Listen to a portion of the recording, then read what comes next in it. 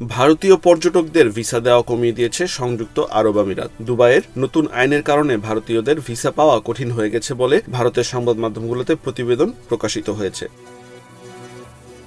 ভারতীয় সংবাদ মাধ্যম হিন্দুস্তান টাইমস জানিয়েছে, আগে ভারতীয়রা দুবাইয়ে যাওয়ার আবেদন করলেই ভিসা পেয়ে যেত, কিন্তু এখন অর্ধেকেরও বেশি আবেদনকারী ভিসা পাচ্ছেন না। ভিসার আবেদন বাতিল হওয়ার কারণে বিপুল আর্থিক ক্ষতি হচ্ছে, কারণ এর সঙ্গে হোটেল বুকিং ও ফ্লাইট বুকিংও বাতিল করতে বাধ্য হচ্ছেন আবেদনকারীরা।